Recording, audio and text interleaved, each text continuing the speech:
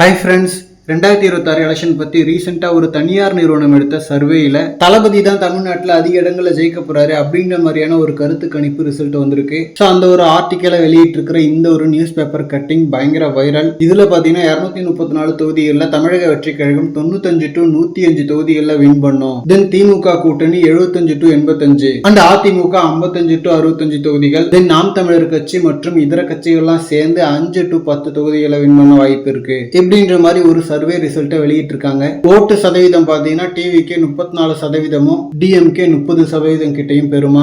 And அதே மாதிரி முதல்வர் வேட்பாளர் அப்படின்ற அடிப்படையில தளபதி 39% கிட்ட ஓட்டு வாங்கி ஜெயிப்பாராம். அண்ட் ஸ்டாலின் அண்ட் எடப்பாடி அவர்கள்லாம் 18% வாங்குவாங்க அப்படின்னு மாதிரி போட்டிருக்கு. அண்ட் இந்த ஒரு சர்வே ஆர்டிக்கலை பார்க்கவே பயங்கர பாசிட்டிவா இருக்கு. ஏன்னா சில மாதங்களுக்கு முன்னாடி இந்த ஒரு சர்வே வந்திருந்தா தளபதி ஃபேன்ஸ் நாமளே இதை பெருசா எடுத்திருக்க மாட்டோம். ஏன்னா அது ரொம்ப மிகையா இருந்திருக்கும். பட் இப்போ இந்த ஆர்டிக்கலை பார்க்கும்போது ஓரளவுக்கு நம்புற மாதிரி தான் இருக்கு. ஏன்னா கடந்த சில மாதங்கள்ல டிவிக்கே வேற லெவல்ல வளர்ச்சி அடைஞ்சிருக்கு. கோவை மதுரைன்னு எங்க போனாலும் தளபதிக்கு மிகப்பெரிய ஒரு ரிசப்ஷன். அந்த ரிசப்ஷனே நிறைய பேரோட மனநிலையை மாத்தும். ஏன்னா சில பேர் ஜெயிக்கிற மாதிரி இருந்தா தளபதிக்கு ஓட்டு போடலாம் அப்படின்ற மைண்ட் செட்டும் இருப்பாங்க. ஏன்னா எனக்கே கடந்த காலங்கள்ல பர்சனலா சில வேட்பாளர்களுக்கு ஓட்டு போகணும்னு ஆசை இருந்தாலும் எப்படியும் நம்ம ஓட்டு போட்டாலும் இந்த வேட்பாளர் ஜெயிக்க வாய்ப்பு இல்லை. ஸோ அட்லீஸ்ட் ஜெயிக்க வாய்ப்பு உள்ளவங்களை யார் கொஞ்சம் பெட்டர் அப்படின்னு சொல்லிட்டு அவங்களுக்கு ஓட்டு போட்டிருக்கேன். பெருசா அரசியல் புரிதல் இல்லாம நிறைய பேருக்கு இந்த ஒரு மைண்ட் செட் இருக்கும். ஓட்டை வேஸ்ட் பண்ண மனசு வராது, ஜெயிக்க வாய்ப்பு உள்ளவங்களுக்கு போட்டுடலாமே அப்படின்னு மாதிரி தான் தோணும். சோ தளபதி சிஎம்ஆ வர வாய்ப்பு இருக்கு அப்படின்ற ஒரு இடத்துக்கு தமிழக வெற்றி கழகம் போயிட்டாலே அதுவே இன்னும் நிறைய வாக்குகளை கொண்டு வரும். அண்ட் இவ்வளவு வருஷங்களா டிஎம்கே ஏடிஎம்கே மாறி மாறி ஜெயிக்கிறதுக்கான ஒன் ஆஃப் த ரீசனும் அதுதான்.